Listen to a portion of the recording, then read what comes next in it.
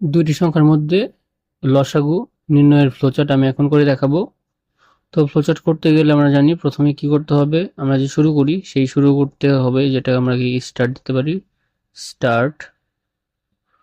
Start লেখার পর আমাদের ভাবতে হবে যে যদি আমরা লসাগু করি তাহলে কি কি প্রয়োজন।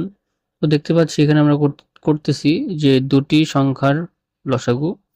তাহলে এই দুটি সংখ্যার লসাগু যদি করতে চাই তাহলে আমাদের অবশ্যই দুটি সংখ্যা লাগবে। তাই আমরা কি করব, দুটি সংখ্যা নিয়ে নিব।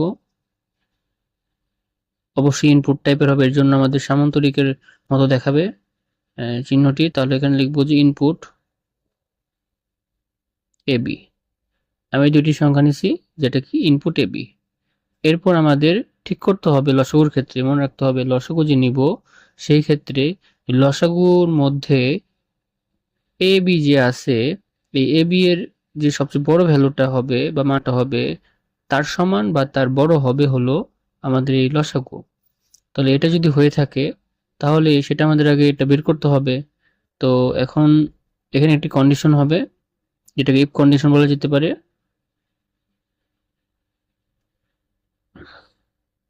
এখানে ইফ লিখলাম, লেখার পর কন্ডিশনটা হচ্ছে যে এ গ্রেটার দেন বি। এখন আমরা জানি যে কন্ডিশন হলে এখানে দুইটা পথ তৈরি হয়, একটা ইয়েস একটা নো। আমি যদি ইয়েস বলি তার মানে যদি সত্য হয় তার মানে এখানে এ বড় হবে, আর এ বড় মানে আমি এখানে আরেকটা নতুন চলক আনবো যেটাকে বলা হয় এলসিএম, যেটা আমরা এলসিএম দ্বারা লসাগু বোঝাচ্ছি। এলসিএম ইকুয়াল টু এ। আর যদি দেখি যে না এটি হচ্ছে না, মানে মিথ্যা হচ্ছে, তখন আমি ধরতেছি এটা হচ্ছে হইলো পি। তার মানে কি তখন এলসিএম কোনটা ধরবো, পি ধরবো। এলসিএম হচ্ছে বি। তার মানে যেটা বড় সংখ্যা সেটা আগে আমরা ধরে নিব। এরপর দুইটা লাইন আবার একত্র করে দিব, দেওয়ার পর নিচে নামবো। এখন এখানে আরেকটা এরকম তারকা চিহ্ন দিব, কারণ এখানে আমার কন্ডিশনটা বারবার ঘুরবে। তো এখানে আমার আরেকটা শর্ত হবে, যে শর্তটা হচ্ছে যে যখন এলসিএম কে এ বি দুইটি সংখ্যা দিয়ে ভাগ করলে ভাগশেষ শূন্য হবে তখনই সেই এলসিএমটা হবে।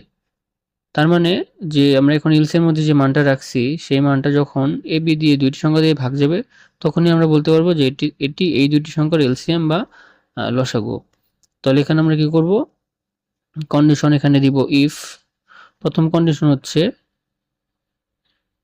এলসিএম মড বা মডুলো এ ইকুয়াল ইকুয়াল 0। তার মানে এলসিএম কে এ দিয়ে ভাগ করলে ভাগশেষ কি শূন্য হয়, এবং এলসিএম মডুলো বা mod B equal equal 0 B দিয়ে করতে হবে। তাহলে এখানে কন্ডিশন কয়টা, দুইটা। এখন এইটারও ফলাফল হবে দুইটা, একটা যদি একটা হবে ইয়েস, একটা হবে নো। যদি ইয়েস হয় তার মানে বুঝে নিতে হবে যে এটাই হচ্ছে আমার সেই লসাগু। তখন আমরা কি করবো, এখানে প্রিন্ট বা যেটাকে আউটপুট বলি আমরা, প্রিন্ট এলসিএম লিখবো, প্রিন্ট এলসিএম। আর তারপরে কি করে আমরা কাজ শেষ করি, যেটা কি হবে এন্ড বা স্টপ। আর যদি নো হয়, নো হওয়া মানে যে আমরা যে এলসিএমটা নিয়েছি বা যেটা আছে এখন সেটা এ বি হয়তো কোনো দিকটি দিয়ে ভাগ যাচ্ছে না, তখন আমাদের কাজ হবে যে এলসিএম এর মানটা আমরা এক বাড়িয়ে দিব। তখন বাড়িয়ে দেওয়া মানে এটা একটা প্রসেস বা প্রক্রিয়া।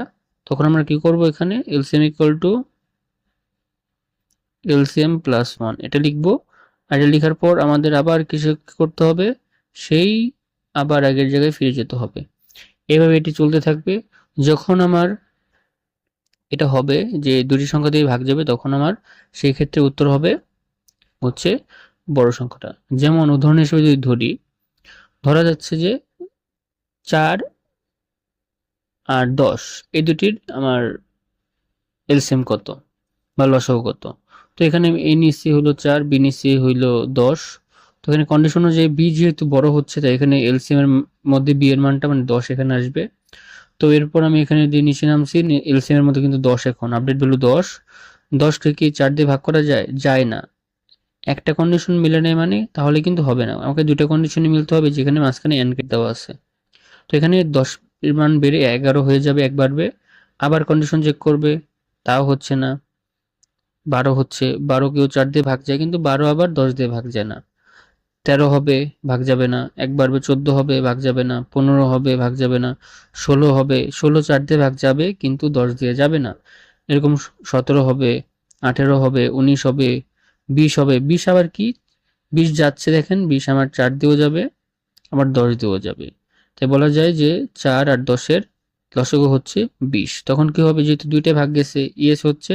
আর আমরা প্রিন্ট করবে কি? এলসিএম, মানে 20 এর মানটা প্রিন্ট করবে এখানে, আর এন্ড, কাজ শেষ হয়ে যাবে।